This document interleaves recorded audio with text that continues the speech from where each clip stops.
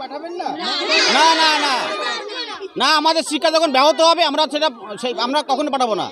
আমাদের শিক্ষা ব্যাহত হলে আমাদের বাচ্চাদের সেখানে দিতে পারি না। আমাদের আন্দোলন চলবে যতক্ষণ আমাদের আন্দোলন ঊর্ধ্বতন কর্তৃপক্ষ না মেনে নিচ্ছে, আমাদের কিন্তু আন্দোলন চলবে। আপনার নাম? আমার নাম সঞ্জিত কুমার সেন। সেখানে বাচ্চারা কি খেলো না খেলো, উনি সেখানে বাচ্চাদের সামনে বসে থেকে বাচ্চাদেরকে নিজের দায়িত্ব সহকারে নিজের সন্তানের মতন সবাইকে খাওয়ান, এবং সেটা সব গার্জেনরাই জানে যে উনি কতটা ভালো।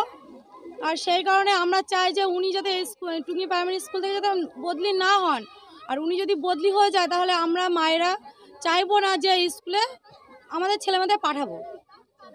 আর যদি ওনার যদি বদলি যদি যাতে না হয়, তার জন্য আমরা আন্দোলন করছি। যতদিন না আমাদের দাবি মানছে ততদিন আমরা এই আন্দোলন চালিয়ে যাব।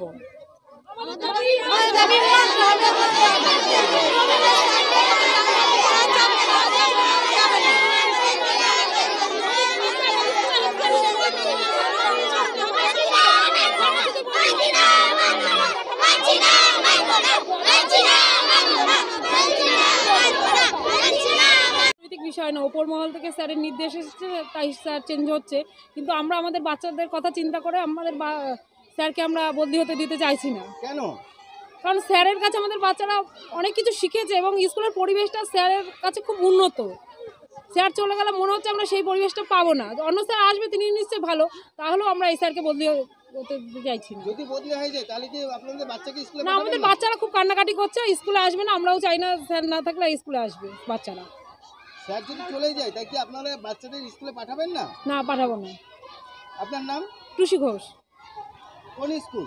টুঙ্গি প্রাইমারি স্কুল। আমাদের আন্দোলনে টুঙ্গি প্রাইমারি স্কুলে রবীন্দ্রনাথ মহাশয়কে বদলি করা হচ্ছে অন্য স্কুলে, কিন্তু আমি এবং আমাদের এই যে টুঙ্গি প্রাইমারি স্কুলের সমস্ত গার্জেন চাই যে আমাদের ছেলেমেয়েরা যাতে এই স্কুলে পড়ুক, ওনার কাছে উনি যাতে এই স্কুলে থেকে উনি সমস্ত ছেলেমেয়েদের উনি শিক্ষাগত দান করুক। এবং উনি থাকাকালীন আমরা স্কুলে যথেষ্টভাবে দেখেছি উনি সমস্ত স্কুলের ছেলেমেয়েদের নিজের সন্তানের মতন স্নেহ করেন, ভালোবাসেন। এমনকি যদি ওনার কেউ যদি স্কুল কামাই করে তার কারণ জানতে চান, উনি রেগুলার ফোন করেন, খোঁজ নেয় যে কেন বাচ্চাটা স্কুলে আসলো না, কী কারণে।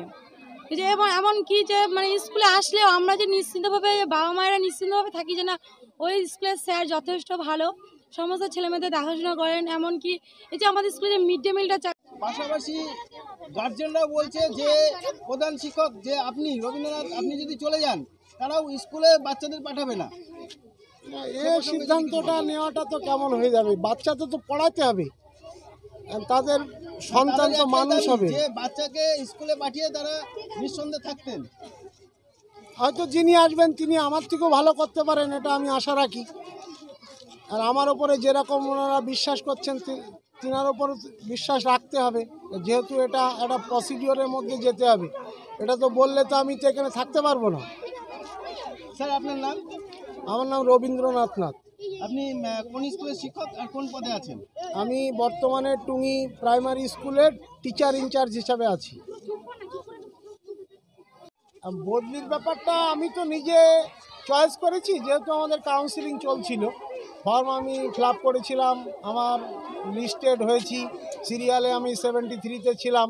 সেই হিসাবে শেষের স্কুল হিসাবে ডোঙাঘাটা এই ধরমপুরটাই পড়েছিল, সেই জন্য আমি ওটাকে চুজ করেছিলাম। কিন্তু মানুষ যে এতটা আমাকে ভালোবাসে আমি এই গতকাল থেকে আজকে বুঝতে পারলাম।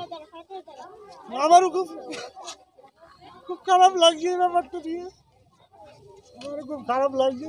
আপনি চলে গেলে স্টুডেন্টগুলো ক্লাস করবে না, তাদের তো ভবিষ্যৎ নষ্ট হবে, এই বিষয়ে কি বলবেন? আমি ওদের বলতে চাই যিনি আসবেন তিনিও হয়তো আমার থেকেও ভালো করতে পারে, ওরা যেন সেইভাবে থাকার চেষ্টা করে, পড়াশোনা করে। কিন্তু পাশাপাশি স্টুডেন্টরা বলেছে যে তারা ক্লাস করবে না। এই ব্যাপারে ওরা একটা বড় ভুল সিদ্ধান্ত নিচ্ছে। ওদের তো ভবিষ্যৎ আছে, ওরা বড় হবে, ওরা আমাদের থেকেও বড় হবে, এইভাবে তো ওরা আস্তে আস্তে এগোবে।